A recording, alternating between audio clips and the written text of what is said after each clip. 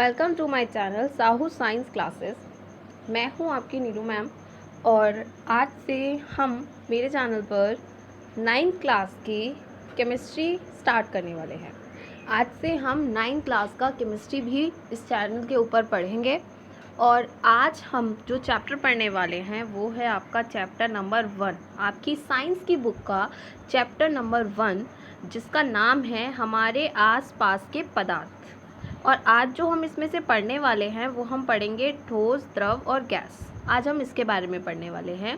पढ़ाने से पहले आपको कुछ चीज़ें बतानी हैं 9th क्लास के लिए, क्योंकि ये सब कुछ न्यू है तो उनको बताना ज़रूरी है। सबसे पहली चीज़ तो ये कि अभी तक जब आप 8th क्लास में थे तब आपने 8th क्लास में क्या किया था कि आपने एक साइंस की बुक पढ़ी थी। ठीक है, आपने क्या पढ़ा था? एक साइंस की बुक पढ़ी थी और आपको एक ही टीचर ने ये सारी जो साइंस की बुक थी वो कंप्लीट कराई थी। किसी अलग अलग टीचर ने आपको ये सारी चीज़ें कंप्लीट नहीं कराई थी या फिर एक बुक को कंप्लीट नहीं कराया था। आपको एक ही टीचर ने आपकी पूरी साइंस की बुक कंप्लीट कराई थी। पर अब 9th क्लास में ऐसा नहीं होगा। 9th क्लास में आपको 3 टीचर्स, कितने टीचर्स? 3 टीचर्स जो होंगे वो आपकी साइंस की बुक कंप्लीट कराएंगे। अब वो कैसे कंप्लीट कराएंगे 3 टीचर्स? एक्चुअली आपकी जो ये 9th की बुक है उसके 3 पार्ट हैं। एक है फिज़िक्स, ठीक, एक है केमिस्ट्री और लास्ट है बायो, या जिसको आप बायोलॉजी भी बोलते हैं। तो ये 3 टीचर्स आपको अलग अलग पढ़ाएंगे। अब आप बोलेंगे कि एक ही बुक है, पढ़ाएंगे 3 कैसे? तो आपके इस बुक के अंदर अलग अलग चैप्टर्स होते हैं, अलग अलग पार्ट होते हैं, यूनिट होती है।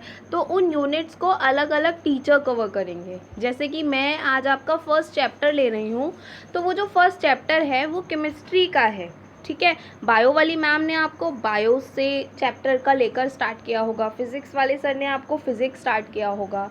तो आज मैं आपको केमिस्ट्री स्टार्ट करने वाली हूँ। तो केमिस्ट्री में मैं आपका ये फर्स्ट चैप्टर लेने वाली हूँ। ठीक है, आई होप सबको समझ आ गया होगा। इसके लिए आपको करना क्या है?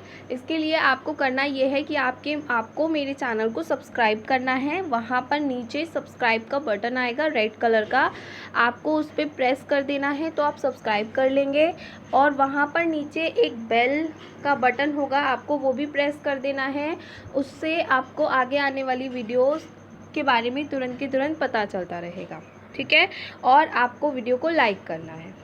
ठीक है, तो स्टार्ट करते हैं हम हमारी आज की वीडियो और आज का पहला चैप्टर, जो कि है आपका हमारे आसपास के पदार्थ। इसमें जैसा आपको स्क्रीन पे लिखा हुआ दिखाई दे रहा है वैसा ही आपको देखकर, समझकर फिर अपनी कॉपी में लिख लेना है। ठीक है, जैसा आपको कॉपी यहाँ पर स्क्रीन पे लिखा हुआ दिखाई दे रहा है वैसा ही आपको क्या करना है? देखकर, समझकर अपनी कॉपी में लिख लेना है। ठीक है, तो अब आप 9th क्लास में आ गए हैं तो आप क्वेश्चन आंसर्स के साथ साथ नोट्स भी बनाएंगे। ठीक है, तो आज हम फर्स्ट चैप्टर के नोट्स स्टार्ट कर रहे हैं। तो ये है आपका हमारे आसपास के पदार्थ, फर्स्ट चैप्टर। इसमें हम सबसे पहले हेडिंग जो पढ़ने वाले हैं वो है पदार्थ। इसको इंग्लिश में मैटर भी बोलते हैं। ये आपसे क्या कहती है कि कोई वस्तु जो स्थान घेरती है, मतलब ऐसी कोई भी वस्तु जो स्थान घेरती है। स्थान घेरती है का मतलब जो जगह घेरती है। जैसे कि कोई सामान रखा आपने तो वो सामान क्या करेगा? वो जगह घेरेगा। आपने कुर्सी रखी तो कुर्सी क्या करेगी? जगह घेरेगी। तो ऐसी कोई भी वस्तु जो जगह घेरती है व जिसमें द्रव्यमान होता है। द्रव्यमान का मतलब जिसमें वजन होता है, ठीक है, जिसके अंदर वेट होता है, वो क्या कहलाती है? वो कहलाती है पदार्थ। तो कोई वस्तु जो स्थान घेरती है व जिसमें द्रव्यमान होता है वो क्या कहलाती है? पदार्थ। एग्जाम्पल भी है यहाँ पर जल। जल अगर आप किसी में बॉटल में भर कर रखते हैं तो वो जगह घेर रहा है, उसमें वेट भी होता है। वायु और बालू और एटसेट्रा, बहुत सारे एग्जाम्पल्स हैं। ठीक है, इसके बाद नेक्स्ट हेडिंग है कि पदार्थ का हमने वर्गीकरण किया है। और वो वर्गीकरण हमने कैसे किया है? हमने भौतिक अवस्था के आधार पर पदार्थ का वर्गीकरण किया है। तो अगर हम भौतिक अवस्था के आधार पर पदार्थ को बांटते हैं तो वो 3 भागों में बढ़ता है। कितने भागों में? 3 भागों में। कौन कौन से? एक है आपका ठोस, दूसरा है आपका द्रव और तीसरा है आपका गैस। ठोस, द्रव और गैस। इसको हम सॉलिड बोलते हैं, इसको हम लिक्विड बोलते हैं और इसको हम गैस बोलते हैं। सबसे पहले हम ठोस के बारे में पढ़ते हैं। तो पदार्थ की वह भौतिक अवस्था जिसमें आकार व आयतन दोनों निश्चित होते हैं। ऐसी भौतिक अवस्था जिसका आकार भी निश्चित होता है और जिसका आयतन भी निश्चित होता है, उसको हम कहते हैं ठोस। एग्जाम्पल है आपका यहाँ पर बर्फ़। क्या है? बर्फ़। अब आप सबने बर्फ़ देखी है। बर्फ़ को आप जब देखते हो तो आपको समझ आता है कि बर्फ़ बहुत ठोस होती है। ठीक है, बर्फ़ कैसी होती है? बहुत ठोस होती है।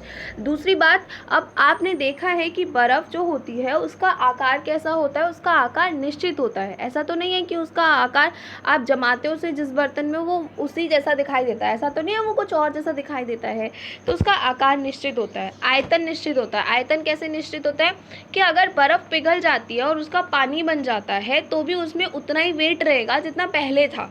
ऐसा नहीं था कि उसका वेट जो है वो चेंज हो जाएगा, उसका वॉल्यूम, उसका आयतन जो है वो चेंज नहीं होगा, क्योंकि उसका आकार और उसका आयतन जो होता है वो निश्चित होता है। ऐसा ही मोम, ऐसा ही लोहा आदि बहुत सारे ठोस के एग्जाम्पल्स हैं। तो ठोस वो होते हैं जिनके आकार व आयतन निश्चित होते हैं, वो क्या कहलाते हैं? ठोस। नेक्स्ट है आपका द्रव, जिसको आप लिक्विड भी बोलते हैं। तो द्रव क्या कहता है कि पदार्थ की वह भौतिक अवस्था, ऐसी भौतिक अवस्था पदार्थ की जिसका आकार अनिश्चित है। कैसा है? अनिश्चित। और आयतन निश्चित होता है, उसे क्या कहते हैं हम? द्रव। क्यों होता है भाई? क्योंकि आप सबने देखा है, बचपन से पढ़ा है कि आप द्रव को जिस बर्तन में डाल देते हो वो उसी की शेप ले लेता है। जैसे अगर हम पानी की बात करें तो पानी को अगर कटोरी में डाल दोगे तो वो कटोरी की शेप ले लेगा, अगर बॉटल में डाल दोगे तो बॉटल की शेप ले लेगा, बाल्टी में डाल दोगे तो बाल्टी की शेप ले लेगा। तो आकार तो अनिश्चित हो गया, परंतु आयतन निश्चित होता है। आयतन निश्चित कैसे होता है कि अगर आपने 1 लीटर पानी को एक बॉटल में डाला तो वो 1 लीटर ही रहेगा। आपने उस बॉटल से निकाल कर उसे किसी और चीज़ में ट्रांसफ़र कर दिया, बाल्टी में ट्रांसफ़र कर दिया, तो ऐसा नहीं है कि वो 1 लीटर का आधा लीटर हो जाएगा, वो 1 लीटर ही रहेगा।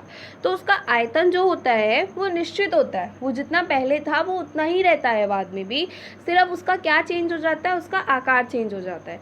तो पदार्थ की वह भौतिक अवस्था जिसका आकार तो अनिश्चित होता है परंतु उसका आयतन निश्चित होता है, उसको हम क्या कहते हैं? उसको हम कहते हैं द्रव या फिर लिक्विड। एग्जाम्पल्स हैं आपके जल, दूध, तेल एट्सेट्रा।